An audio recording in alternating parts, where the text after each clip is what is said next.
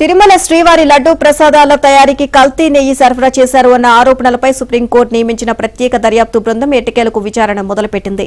SIT కీలక సభ్యులు ఇంకా తిరుపతి చేరుకున్నప్పటికీ కింది స్థాయిలో డీఎస్పీల ఆధ్వర్యంలో విచారణ ప్రారంభమైంది. మొత్తం 4 డీఎస్పీలు ఉండగా వారిలో 3 ఆధ్వర్యంలో సిబ్బంది 3 బృందాలుగా ఏర్పడ్డారు. ఒక బృందం వైష్ణవి డైరీకి, మరో బృందం తమిళనాడులోని దిండిగల్కు చెందిన ఏఆర్ డైరీకి, ఇంకొకటి చెన్నైలోని ఎస్ఎంఎస్ ల్యాబ్కు వెళ్లాయి.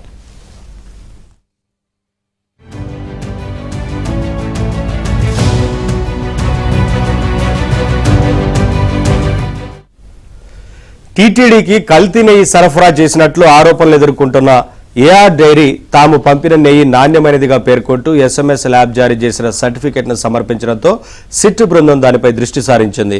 ఏఆర్ డైరీ నెయ్యి నాణ్యతపై ఆ ల్యాబ్ ఇచ్చిన సర్టిఫికెట్ నిజమా కాదా, దేని ఆధారంగా నెయ్యి నాణ్యతను సర్టిఫై చేశారు, ఎలా పరీక్షించారు, ఏ పరికరాలు ఉన్నాయి, అవి ఎప్పటివి, వాటి సామర్థ్యం పరీక్షించేందుకు వారికి ఉన్న అర్హతలేంటి, వారి అర్హతలు రుజువు చేసే సర్టిఫికెట్లు ఉన్నాయా, ల్యాబ్లో ఆహార కల్తీ నిరోధక విభాగానికి సంబంధించిన నిపుణులు ఉన్నారా, ఏఆర్ డైరీ నెయ్యి సాంద్రత నాణ్యతను గుర్తించిన నిపుణులు ఎవరు, ఎస్ఎంఎస్ ల్యాబ్ నుంచి బయట ఎక్కడికైనా నమూనాలు పంపించి టెస్టులు చేయించి రిపోర్టులు తెప్పిస్తున్నారా తదితర ప్రశ్నావళిని రూపొందించుకుని వివరాలు సేకరించినట్లు సమాచారం.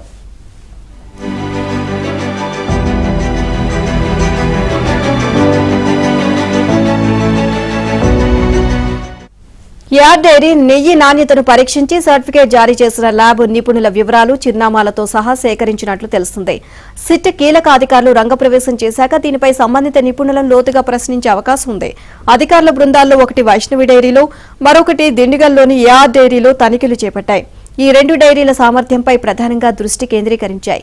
ఈ డైరీలు ఎప్పుడు ఏర్పాటయ్యాయి, ఎన్ని చిల్లింగ్ సెంటర్లు ఉన్నాయి, వాటి రోజువారీ పాల సేకరణ సామర్థ్యం ఎంత, ఆ పాలను ప్రాసెస్ చేసే సామర్థ్యం ఆ డైరీలకు ఉందా, ప్రాసెస్ సమయంలో ఆవు పాలు, గేదె పాలు 2 కలిపి వెన్న తీస్తున్నారా, పాల నుంచి ఎంత శాతం వెన్న వస్తోంది, వచ్చే వెన్నలో కిలోకు ఎంత నెయ్యి వస్తోంది, పాల నుంచి వెన్న తీసే యంత్ర పరికరాలు ఎప్పటివి, టీటీడీకి ఈ డైరీలో స్వయంగా నెయ్యి తయారు చేసి సరఫరా చేస్తున్నాయా, లేక ఇతర డైరీల నుంచి సేకరించి పంపుతున్నాయా అనే కోణాల్లో వివరాలు సేకరిస్తున్నారు.